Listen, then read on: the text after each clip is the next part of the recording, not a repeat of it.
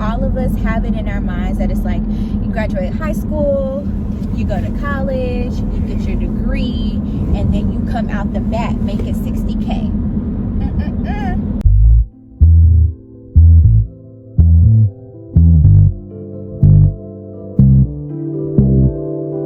I should not be eating Bojangles, y'all, but I'm hungry. It's like I'm craving it. Thanks to PMS.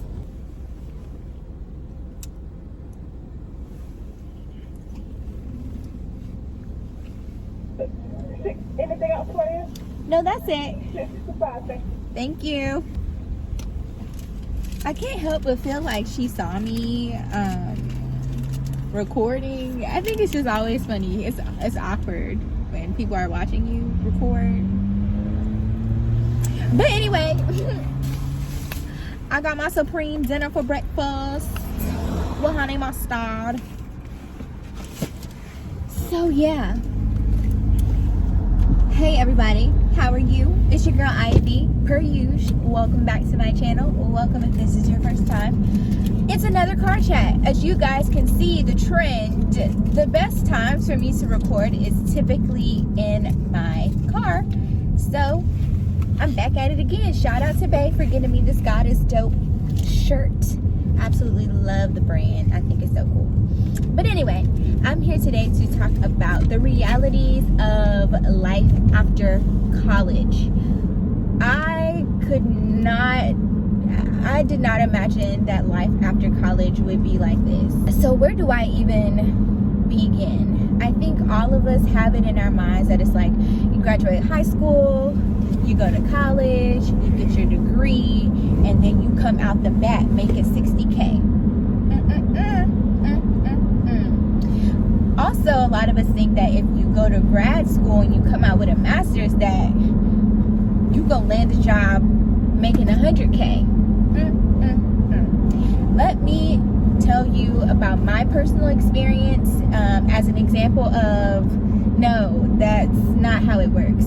So don't get me wrong, there are people who have gone to college and come straight out of undergrad with a job that does make them 60K, but I feel like a good bit of us, I'll even go as far as saying the majority of us, don't have it that easy. We typically don't have it that way. So for me, to give you a little background, I got accepted into a few colleges. When I was in high school, my goal was to get out of North Carolina. I just always felt like I was a small town girl who needed to live in the big city. I mean, that was something that I grew up with people telling me, like, you don't seem like you're from here or like you're even supposed to be here. Like, I imagine you somewhere like New York or LA, and LA was like one of the places that I dreamed of living and flourishing and growing. So when I was in high school, my senior year, I was applying to places like UCLA, USC, Berkeley, and then there was a day where they waived like the application fees for all of the North Carolina schools. So I was like, well, what the heck, I'll just like apply to like one or two, like, and I think they were UNCG, UNC Charlotte, and Pembroke, and literally put in no effort, just apply just to apply. Well, thankfully I got accepted into these colleges, and I got accepted into UCLA. Oh, and I was waitlisted for USC. F you guys. But I got accepted. Only the scholarships that they were offering was not enough to cover me. So I was awarded like a presidential scholarship at UCLA, and for out-of-state students, the tuition was just ridiculous. And I'm like, yeah, like I can't afford that. I might as well just stay in North Carolina. And so I just opted to stay in North Carolina because I was like, yeah, I just can't afford I just can't afford it. And so I opted to go to UNCG. So I went to UNCG, and I was there for 2 years. had all A's my sophomore year, and I felt like I was flourishing. Even my sophomore year, I had the opportunity to study abroad in Belgium. Like, I felt like I was killing college, academically. Socially, I was struggling a little bit, but I was still making it happen. And so I graduated. No, I didn't graduate, excuse me. I studied abroad, made all A's, and I decided to transfer to NC State. My god sister went there. She spoke highly of the business program there, and so I ended up transferring to NC State University, and that's where I ended up graduating. So as I was coming close to graduation, I was realizing, like, okay, I'm not getting any job offers right now. Like, what is life? And I was actually encouraged to pursue a master's program at NC State. So I ended up pursuing the Global Luxury Management master's program there, where it would enable me to study abroad and do half of my education in Paris, France. And that was an awesome experience. I'll maybe touch on that one day, like what it's like studying abroad, how to prepare, what to expect. But anyway, so boom, I got this dope ass master's degree, a dual master's, by the way. So I have both a master's degree here in the US and in France. So I'm like, they about to hire me now. I'm about to get some money. Like, the value add that I'm bringing to you guys, come on now. I was ready, and I'm applying to all of these jobs, getting no callbacks. There was even a moment where, and this is the kicker, y'all. So there was a point where I had gotten a few interviews, and I kept getting to the last round of interviews and then not getting picked. One in particular that hurt my soul is I had gone through the interview process for this private jet company, once again with Global Luxury Management, that fit right into what I studied, what I was looking for. It would enable me to travel the world for different trade shows. I was like, yeah, this is it. I interviewed, I had maybe like 4 to 5 interviews. That's how serious they were doing these rounds of interviews with me. So I had to go to the company, I think it was 2 or 3 times for interviews. Like, the first few were over the phone interviews, and then the last 2, I think, were like on-site interviews. One of the questions that I encourage everyone to ask is, is there anything on my resume that might concern you? Because you're able to understand why they may not choose you. Like, what could kind of be holding them back from taking you to the next step of the onboarding process. So I asked that question, and the answer was that they were concerned that I may get bored because I seemed overqualified. Because I decided to further my education and get my master's. Mind you, I am very green. Mind you, I went straight from undergrad to my master's, meaning outside of internships, Aya has not worked in corporate. Aya has not worked a legitimate full-time job, but I am still somehow overqualified.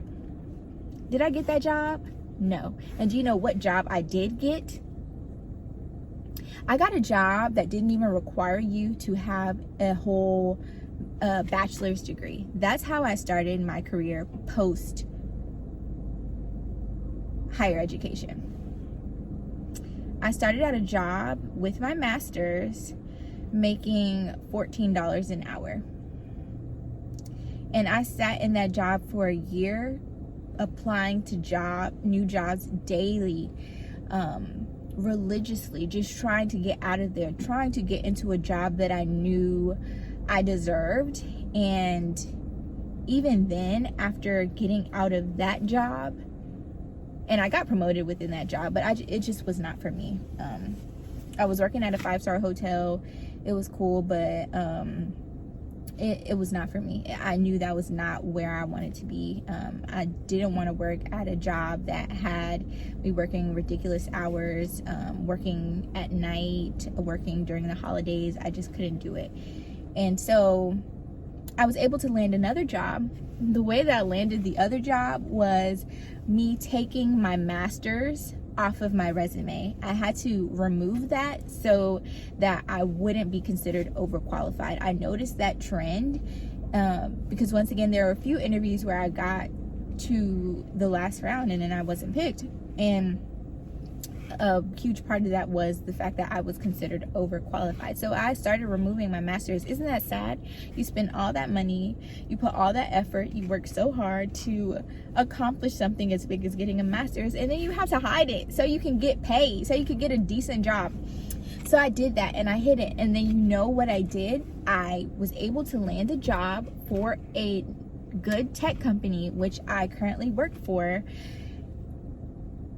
But once again, this was a job that didn't require a master's, that, you know, wasn't paying me what I was worth. So I ended up moving into a position, y'all, as an admin assistant. I'm not knocking anybody that's an admin assistant.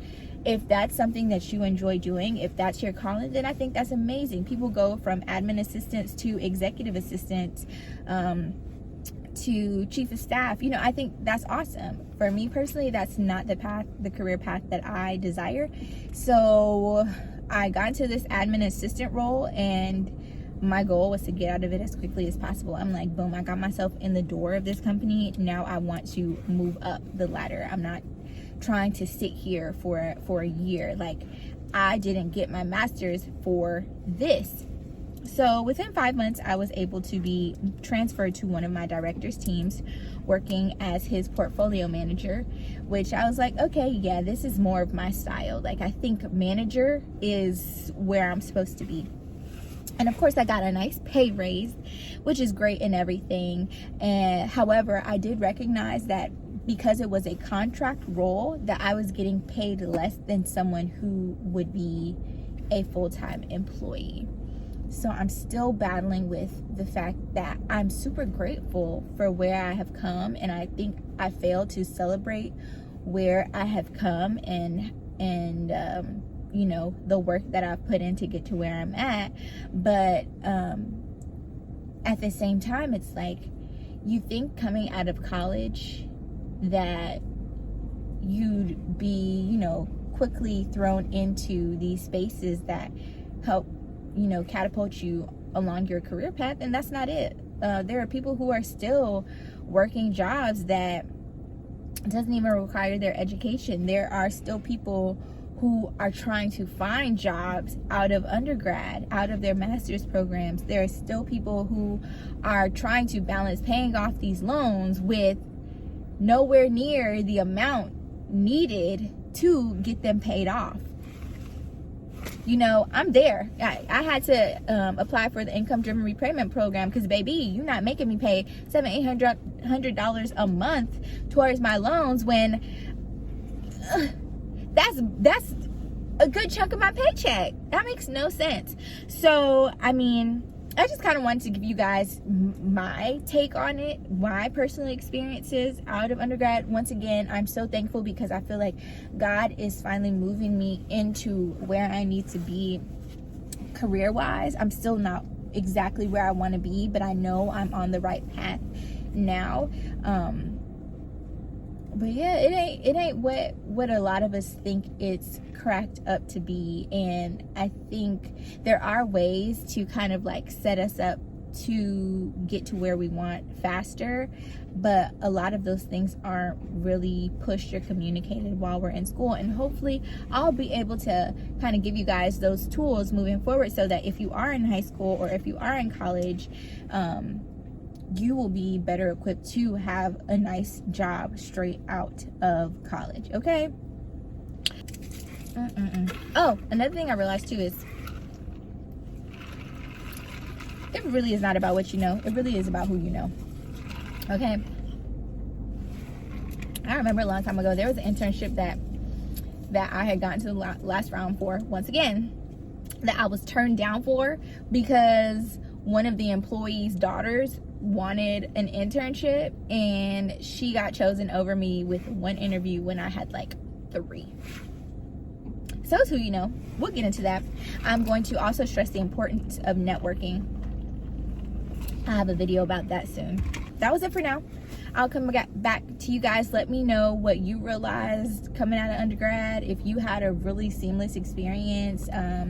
Yeah, we're gonna get this conversation going, and I will see you in the next video. All right, bye.